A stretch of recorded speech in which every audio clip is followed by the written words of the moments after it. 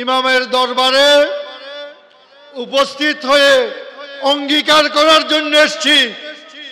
আমরা বলতে চাই, ইমাম আহলে সুন্নাত গাজী দ্বীন মিল্লাত যে উদ্দেশ্য, যে আদর্শ বাস্তবায়নের জন্য নিজের জীবনকে উৎসর্গ করেছেন, এদেশের হাজার হাজার ছাত্র জনতা, বাংলাদেশ ইসলামী ছাত্র সেনা, যুব সেনা, বাংলাদেশ ইসলামী ফ্রন্ট, আহলে সুন্নাত ওয়াল জামাত বাংলাদেশ সেই উদ্দেশ্য বাস্তবায়নের জন্য কাজ করে যাচ্ছে। আমাদের অঙ্গীকার, আমাদের উদ্দেশ্য ইমাম আহলে সুন্নাতের দর্শন, ইমাম আহলে সুন্নাতের আদর্শ জীবনের সর্বোচ্চ ত্যাগ দিয়ে বাস্তবায়নের জন্য। অনেকে বলেন ইমাম আহলে সুন্নাত রাজনীতি করতেন না, তারা জানেন না তিনি রাজনীতির সাথে যুক্ত ছিলেন। অনেকে জানেন না তিনি এক নাগারে দীর্ঘ 17 বছর এলাকার চেয়ারম্যান ছিলেন।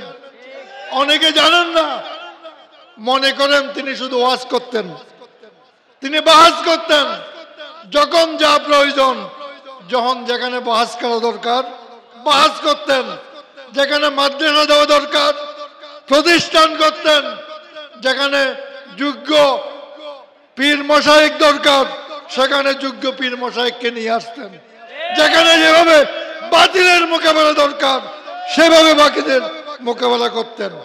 আজকের সুন্নি জগতে আমরা প্রতিষ্ঠান করার কাছে পিছিয়ে যাচ্ছি, সাংগঠনিক দক্ষতার পরিচয় দিতে পারছি না, প্রয়োজনীয় বাহাস কিতাব লেখনীতে আমরা পিছিয়ে যাচ্ছি।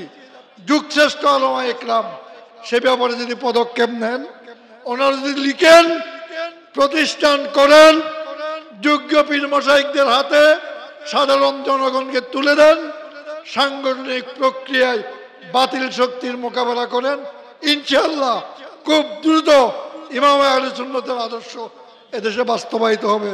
আসসালামু আলাইকুম ওয়া রাহমাতুল্লাহি ওয়া বারাকাতুহু।